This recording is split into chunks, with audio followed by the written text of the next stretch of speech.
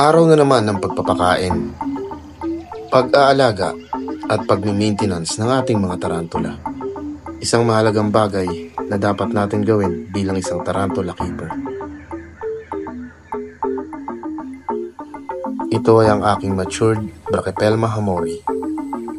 Subukan kong bigyan ng isang dubia roaches para sa kanyang pagkain at agad niyang sinunggaban isang magandang takedown, indikasyon ng isang healthy at masaganang tarantula. Kasunod niyan, kailangan ko siyang iusog para lagyan at i-refill ang kanyang water dish.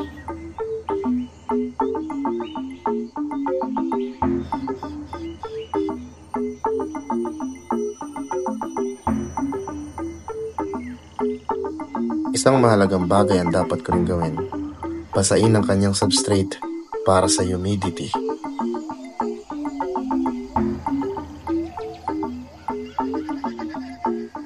Tapos na ang pagpapakain.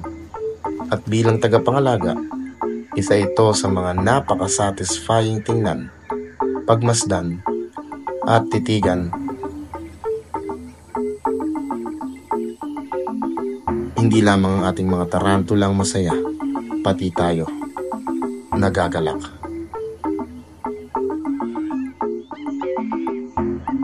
Kasunod ay ang LP bird eater o mas kilala sa tawag na Lasiodora parahibana. Isa sa pinakamalaking tarantula sa buong mundo. Dahan-dahan, ngunit may bangis at tiin ang mga kagat. Another satisfying takedown. Kahit hindi nagsasalita, mababakas mo sa kanila, mararamdaman mo ang kasiyahan.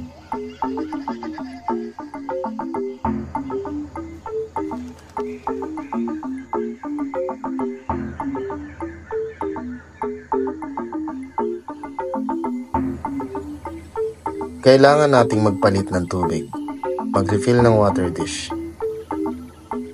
Sa bawat enclosure, sa bawat tarantula, isa itong mahalagang elemento.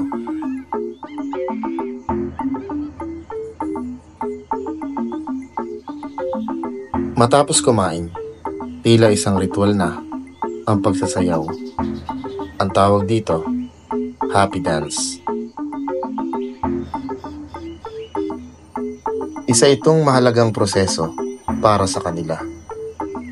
Naglalagay sila ng webbing sa sahig at nilalagay nila ito sa kanilang mga pedipalp para ang kanilang mga pagkain ay manatiling intact at hindi makalat.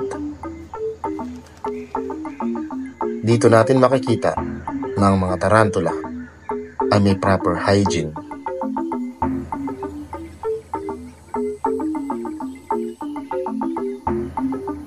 Sumunod ay ang green bottle blue. Nagmamasid, nag-aabang at alerto.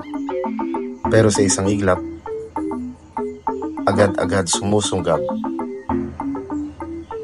Isang nakaka-relax na pangyayari para sa isang tarantula keeper ang makitang masigla ang kanilang tarantula.